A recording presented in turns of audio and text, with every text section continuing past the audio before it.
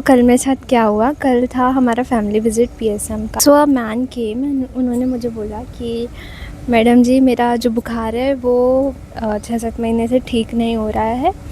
Private में भी दिखा लिया, गवर्नमेंट में भी दिखा लिया और इन्वेस्टिगेशन भी करा लिया, बट स्टिल कोई चीज़ निकल के नहीं आ रही है। फिर हम पीएसएम पोस्टिंग से वापस आए। माइक्रो की क्लास थी और जो टॉपिक मैम ने पढ़ाया that is fever of unknown origin.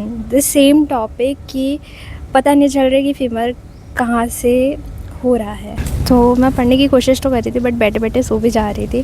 But जब वो टॉपिक आया, इट हिट मी लाइक कि अभी तो मैं कहीं गई नहीं, वो पेशेंट खुद मेरे पास चल के आया, वो केस मेरे पास खुद चल के आया एंड अभी मैम ये चीज़ पढ़ा रही है। एंड उसके बाद अगेन जब सेकेंड हाफ में प्रैक्टिकल्स हुए तो फिर क्लास हुई और उसके बाद मैंने सोचा कि मैं घर जाके इस चीज़ का टेबल बनाऊंगी।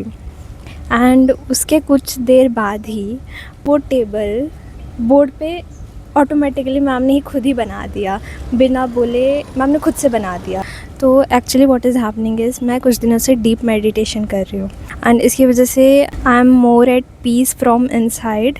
और जब हम हायर वाइब्रेशंस पे होते हैं तो बोलते हैं ना, लोभ, मोह, अहंकार, एंगर, ये सब हमें फिर उतना अफेक्ट नहीं करते बाहर की चीज़ें। ये एक्चुअली बाहर का ट्रिगर ही होता है। एक्चुअली ना हमारे आसपास करोड़ों इन्फॉर्मेशन होता है, लेकिन हमारा ब्रेन जो होता है वो उनमें से कुछ थाउजेंड्स ही परसीव कर पाता है जो हमारे दिमाग में उस टाइम चल रहा होता है।